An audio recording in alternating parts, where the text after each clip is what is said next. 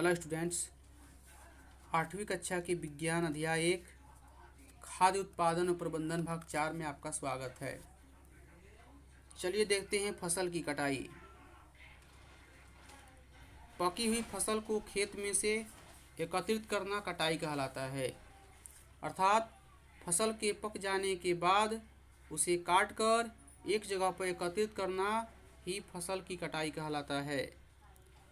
देखिए चित्र में दिखाया गया है, एक किसान के द्वारा यहाँ पर फसल की कटाई हंसिए के द्वारा की जा रही है। भारत में दो प्रमुख फसलें होती है। नंबर 1 खरीफ की फसल, नंबर 2 रबी की फसल। चलिए देखते हैं खरीफ की फसल किस समय से किस समय तक होती है।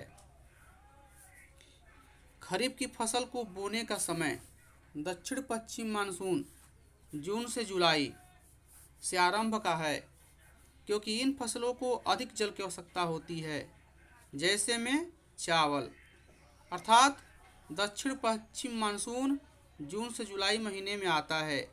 इस समय खरीफ की फसल की बुआई आरंभ हो जाती है, जैसे चावल की फसल की बुआई की जाती है। खरीफ की फसल की कटाई मानसून ऋतु के अंत में सितंबर या अक्टूबर माह में होती है। अब देखते हैं रबी की फसल कब से कब बोई जाती है और कब से कब काटी जाती है। रबी की फसल जाड़े की शुरुआत में बोई जाती है, अर्थात अक्टूबर से दिसंबर महीने के बीच इसकी बुआई की जाती है तथा मार्च या अप्रैल में काटी जाती है। जैसे गेहूं एक रबी की फसल है। फसलों को हंसिए की सहायता से काटा जाता है अथवा बड़े खेतों में यांत्रिक हार्वेस्टर यानी कंपाइन के द्वारा काटा जाता है। यहाँ पर एक हार्वेस्टर का चित्रण किया गया है, आप इसे देख सकते हैं। चलिए देखते हैं नेक्स्ट टॉपिक, थ्रेसिंग क्या है। कटे हुए अनाज के दानों के साथ ही भूसा या शल्क पत्र भी होता है। भूसे में से अनाज के दानों को अलग करना थ्रेसिंग कहलाता है।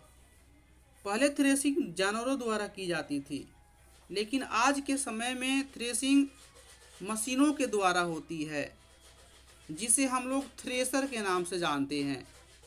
देखिए यहाँ पर एक थ्रेसर का चित्रण किया गया है। ओसाना बीजों तथा भूसे के मिश्रण को ओसाई द्वारा अलग किया जाता है।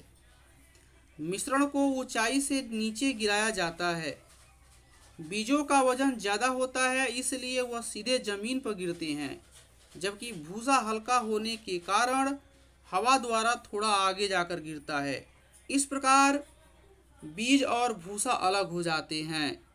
देखिए यहाँ पर एक चित्रण में दिखाया गया है, एक मनुष्य ओसाई कर रहा है।